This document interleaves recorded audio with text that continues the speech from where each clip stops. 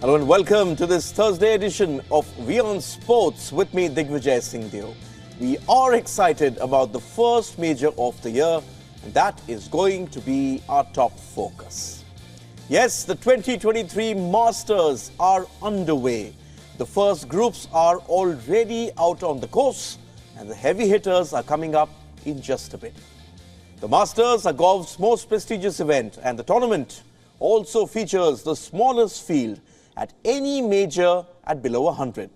Traditions are valued very highly by the members-only Augusta National Golf Club, and three legends of the game got the tournament underway around 50 minutes ago. South African Gary Player, a three-time winner of the green jacket, hit the first tee shot of the Masters, and he didn't look any bit the 87 that he is. Following him was the only man to win 6 green jackets, 18-time major winner Jack Nicklaus stole the show by raising his arms aloft in true Golden Bear fashion. Two-time winner Tom Watson completed the honorary starter's role for the second straight year.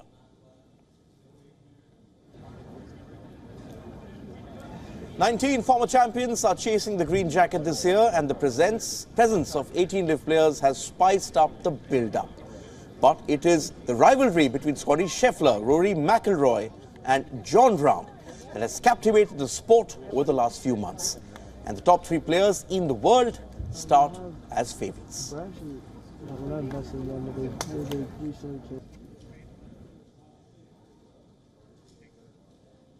The expected cold vibes between players belonging to the LIV Golf roster and PGA Tour players has proved to be a non-starter in the build-up to the Masters. But fireworks are now expected after Augusta National Golf Club opened up about the snub to LIV Golf CEO Greg Norman. The European Tour has also won the arbitration hearing against the fines imposed on players who played LIV Golf's season opener last June. Norman has been the public face of the Saudi Arabia-backed league, and he remains persona non grata within the traditional golf ecosystem. As a player, Norman's legacy is secure with 2 major wins and a tally of 331 weeks as world number 1. But he was the only big name missing from the 150th staging of the British Open last year, and no invite has been forthcoming at the Masters either. PGA Tour heavyweights Tiger Woods and Rory McIlroy have called for Norman's exit as a precondition for peace talks to take place between the two parties in golf's civil war. Norman had termed the snub from Augusta National as petty in an interview last week. We did not extend an invitation to Mr. Norman. The primary issue and the driver there is that I want the focus this week to be on the Masters competition, on the great players that are participating, the greatest players in the world, which by our decision in December, we ensured that we were going to honor and be consistent with our invitation criteria. I would also add that in the last 10 years, Greg Norman has only been here twice. Back to the action, and even as we speak, 2017 champion Sergio Garcia is about to head out for his opening round, and in a little over an hour, Tiger Woods will be playing the Augusta National course. To get a sense of the buzz and the storylines, I'm joined from Augusta by Joy Chakravarty, who is a golf writer based out of Dubai. Good morning, Joy. The Masters are special, and it's heartening to see how golf's premier tournament has sort of managed to effect a ceasefire in this raging civil war. That's really been heartening, you know. I mean, like the way the players have interacted with each other is something that nobody in the, you know, none of the fans would imagine, given all the things that have been written in the media about LIV Golf and about the PGA Tour players. But just the interaction, Rory McIlroy going out and playing with Brooks Koepka, Cam Smith being just, hounded by all the young Aussie players. Minwoo Lee wanted to play with him. Harrison Crowe, who is the amateur over here, after winning the AAC championship, he is over here and he wanted to play with Cam Smith. it's just been incredible. I mean, Dustin Johnson has been high-fiving everyone. It's really good to see a week like this, considering what has happened over the past 1 year or so. Joy, just listening to what we've been hearing over the last few days, is this sort of the perfect platform for LIV to dispel the notion that they are a non-serious league? Because Cameron Smith, who you mentioned, made that comment, and ultimately you cannot sort of write off the likes of Dustin Johnson, Smith himself, Patrick Reed, who finished 4th last Sunday at Orlando, and Brooks Koepka, who won the Orlando Invitational. True. I mean, I think it's a very important tournament for them because of what is being said about the format of LIV golf events, about the quality of fields over there, and just the fact that there are just 48 players playing and each of whom will make the cut, in any given event. So there's a lot of talk about that, and everyone wants to, I mean, all the fans who have seen them play over here, they want to just, see kind of benchmark them in a tournament where they're playing together. So this is going to be really interesting for the LIV golf guys.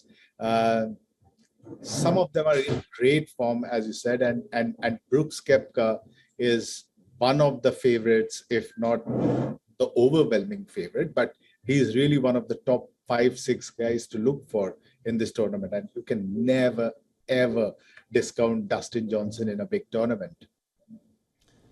Joy, while we talk about the LIV lot, we also have to look at the heavy hitters from the other side. You've written about this on WIONnews.com, and two of the original big three served as honorary starters in Jack Nicklaus and Gary Player. Have Scottie Scheffler, Rory McIlroy and Jon Rahm given the PGA Tour the perfect tonic to showcase their superiority over LIV? The way these guys have played since the beginning of the year, Jon Rahm, especially in the first 6-7 weeks when he won 3 tournaments, then Scottie Scheffler took over, and he is almost just like last year when he won 3 tournaments in 5 starts, he has done 2 in 5 starts this time, and Rory has always been up there on the leaderboard. So it's going to be, these 3 have really pulled away from the rest of the field. They are the number 1, 2, and 3, and they are in great form. So this tournament is going to be a lot about them, because what they are, what they bring to the table, the kind of expectations. Scottie Scheffler will join a very, should I say, august club of back-to-back winners. Rory McIlroy will complete a career Grand Slam, and Jon Rahm, I mean, after all, it's a major championship, so it's big for him as well, even if it is not a stat that comes top of everyone's talking point, but it will be another major for him. So it's going to be really interesting and intriguing and very, should I say, exciting for the fans to see what these top 3 guys are doing over the next 4 days. Now, this may sound controversial, but, just speaking to people like you who've been at Augusta National, there is the sort of consensus that the Masters is probably the easiest major to win, considering the field size and also the depth of field, that word made famous by the revised world rankings format. As Tiger Woods said, you have to play Augusta National a particular way to win. For someone like me sitting far away, why is it so difficult to get a back-to-back winner at Augusta? Difficult to get a winner at Augusta. I mean, if you got to be at the top of your game, really, to make an impact on the leaderboard. Every year, the guys come and play over here. They play rounds before the tournament itself. They come for a couple of days with their friends or coaches and play rounds over here. But somehow this golf course has not, players have not been able to figure out this golf course and the subtleties that have gone into making this. The greens are so exacting. If you don't hit the right shot, or more importantly, if you don't know where to miss your shot. So it's not just hitting the greens, it is if you don't have a shot to the green, which is very possible given the water and other hazards over there, you need to know where should I hit the shot so that my next shot to the green becomes easier. And that comes with, after playing this tournament many times, which is why, again, they keep saying that, first timers have a very difficult time winning the Masters, and that's been proven in, by the history of the tournament. You're talking of first timers. Let's talk about the veterans.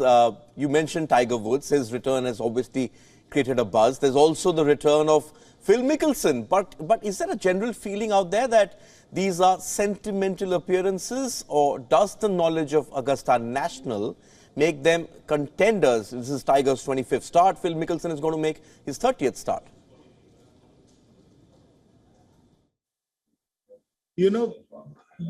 You can never discount Tiger Woods because of the knowledge that he has and what we have seen over the past, when he played in Los Angeles, his own tournament, Genesis Invitational, he was so good.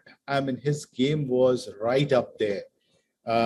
He was hitting the ball further than Rory McIlroy, believe it or not. Where is he generating that speed from? He knows his swing so well. He knows how to manufacture the shots. He is always going to be a contender on a golf course like Augusta National, just because he knows the golf course so well. And then Phil Mickelson, again, magical shot game. And that is what is required to really be good at Augusta National. Now, he's 53 almost. History is against him, but then, he did make history just about 2 years ago when he won the PGA Championship at the age of 51. You can never put it beyond these guys because experience really plays a big role at Augusta National Golf Club. Okay, on that note, I won't keep you away from the action for too long. Head out there, Joy, and enjoy the golf. We will connect with you again over the next few days. Thanks, Diggy.